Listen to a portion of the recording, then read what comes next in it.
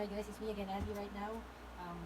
Mag-unbox ako ng P850 tempered glass gaming PC case sa Keytech. I ordered this sa Shopee for I think 1,000 mataas kasi yung shipping fee niya, nasa 200 something, 1,350. Wala kasi ano pero yun, so pakita ko sa inyo. Medyo matagal mag-unboxing, so time-lapse ko. Thank you.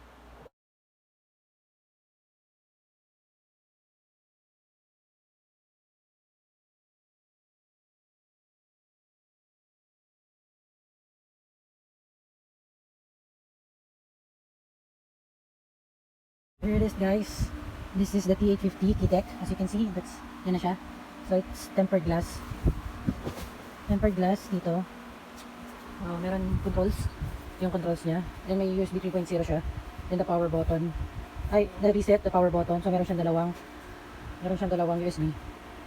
And yun sa aux. Saka sa mic. So may mesh. Ito. Ganda guys. So pangsalin ng dust. Diba? So ito. Matatanggal siya guys. This is a tempered glass, so careful lang kayo. So may apit siya. Yan, sa loob.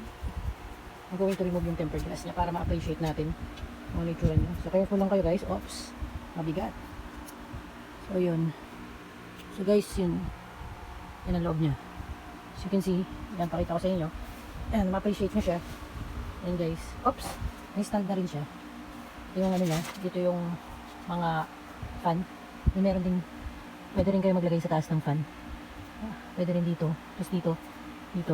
So, pwede dalawa dito. Tapos dito. So, ito sa USB 3.0. Maganda. Ito yung mga ano niya guys. Nalagyan ano. So, SSD. Pwede kayo maglagay ng 3. Yan. Ito yung motherboard ATX. Micro ATX. So, kaya niya. Yan. May tempered glass din yung harap guys. So, ito. Yan. Ito yung pwede mo rin lagyan ng fan. Tapos guys, ito yung ilalim. Yung likod.